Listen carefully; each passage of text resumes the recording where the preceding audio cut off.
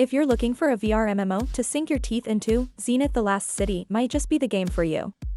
Developed by RamenVR, Zenith is an open-world sandbox game that allows players to explore the world in virtual reality. In this review, we will go through all the pros and cons of Zenith the Last City and see if it's worth your time.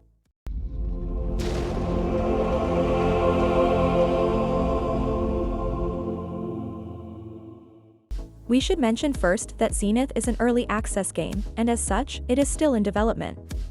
This means that there may be bugs or unfinished features present in the game. Like many other early access games, Zenith feels very rough around the edges. There are plenty of bugs, but the developers seem to be on top of things and work is being done to constantly patch and fix them.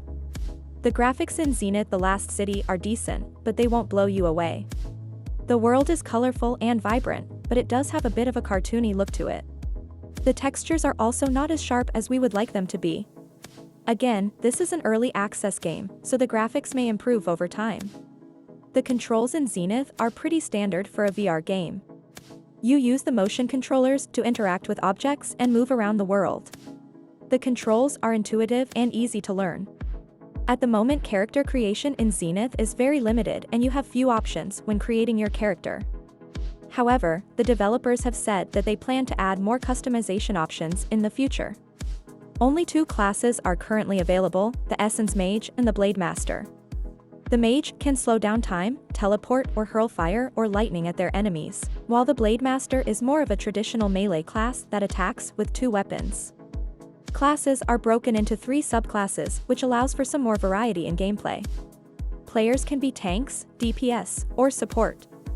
The questing system in Zenith is very basic and there isn't much variety.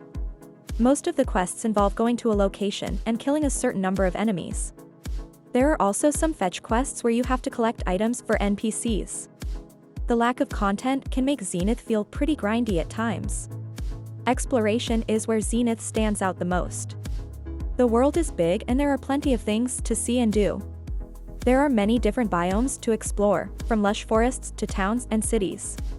Players can climb to the top of mountains, or dive into the depths of the ocean, but the most fun is definitely jumping off a high vantage point and gliding down to the surface as you take in the scenery. Another fun aspect of Zenith is the cooking system, which work much the same way as other VR cooking simulators. The only difference is that in Zenith you can actually use the food and drink you create as consumables on your journeys. Communicating with other players is as easy as just talking into your microphone, making Zenith a great social experience. And working with others to complete tasks is intuitive and easy. Compared to other VR games, Zenith certainly isn't bad, but compared to other MMOs it feels lacking. And as such it might be a bigger hit amongst VR fans than amongst the MMO crowd.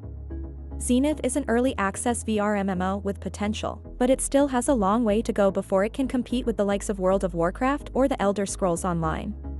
If you're a fan of VR and MMOs, then Zenith is definitely worth checking out. But if you're looking for a more traditional MMO experience, then Zenith might not be the game for you. Have you tried Zenith the Last City? Let us know what you think in the comments below.